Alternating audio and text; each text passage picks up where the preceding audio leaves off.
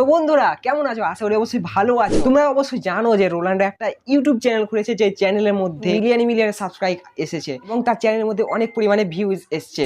তোমরা কি জানো যে Ronaldo play button, golden play button এগুলো হঠাৎ একদিনের মধ্যে সব পেয়ে গেল? এটা কি সত্যি? এটা ছিল হয়তো আমার মনে হয় যে ইউটিউব কোম্পানি আগেই তাকে golden play button, diamond play button অবশ্যই দিয়েছে। সো বন্ধুরা, রোনাল্ডো যে প্লে বাটন পেয়েছে, সিলভার প্লে বাটন, 22 মিনিটের মধ্যে সিলভার প্লে বাটন পেয়েছেন রোনাল্ডো। তারপরে পরেও 90 মিনিটের মধ্যে তিনি গোল্ডেন প্লে বাটন পেয়ে গেছেন। 12 ঘন্টায় ডায়মন্ড প্লে বাটন। ভাই বেঁচে আছিস ভাই? এটা ওয়ার্ল্ড রেকর্ড করে দিল রোনাল্ডো।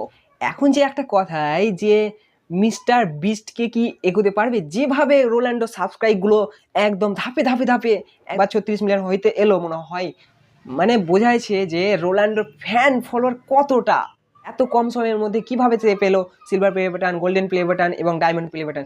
আমি বলবো, আমার মনে হয় যে তাকে ইউটিউব কোম্পানি তাকে আগেই সবকিছু দিয়ে দিয়েছে, silver play button, golden play button এবং ডায়মন্ড প্লে বাটন। তাই হয়তো ভিডিও করে সেই ভিডিওগুলো ছাড়ছে এবং তার ইউটিউবে আপলোড করেছে এবং বোঝাই যায় যে এখানে 20 মিনিটের মধ্যে সিলভার প্লে বাটন এবং 90 মিনিটের মধ্যে গোল্ডেন প্লে বাটন আর 12 ঘন্টার মধ্যে ডায়মন্ড প্লে বাটন। সে চ্যানেল খুলেছে এবং তার মিলিয়নে সাবস্ক্রাইবার ভিউজার এসছে।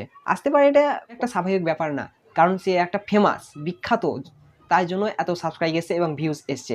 সো বন্ধুরা, ভিডিও ছিল এইটুকুনি যে রোনাল্ডোর ব্যাপারে বলার জন্য। দেখা হচ্ছে নেক্সট ভিডিওতে।